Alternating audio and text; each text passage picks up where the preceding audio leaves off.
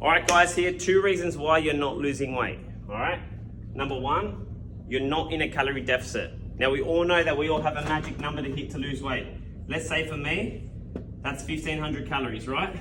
Considering you're tracking your calories so we know our numbers, all right?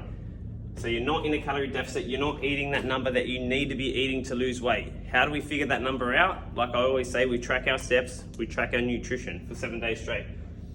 Or option 2 is, you're pretty accurate with tracking, you've been dieting for a long time, you've been in a calorie deficit for too long, and it's time to recover. All right, so they're the 2 reasons.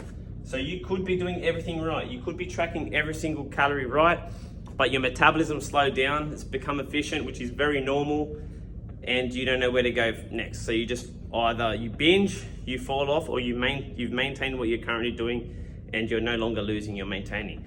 So how do we break through that? The quick fix here is I can't tell you the amount of times when I first got into nutrition coaching and when I was an early coach, I used to think that when people told me they were eating 1,200 calories, I took it as gospel. But most times people aren't tracking at 100% accuracy. So they're not tracking accurately. And yeah, one thing I found is go through your whole day and figure out where you're going wrong. It could be not tracking olive oil. It could be your sauces. It could be the peanut butter. If you make your kids a peanut butter sandwich, you could be taking that tablespoon and licking it. All these calories matter. And I know it's only 100 to 200 calories per week, but over 7 days, that's over 1,000 calories. And that puts anyone out of a deficit. So the first thing to do if you're not losing weight is to just make sure you're tracking correctly.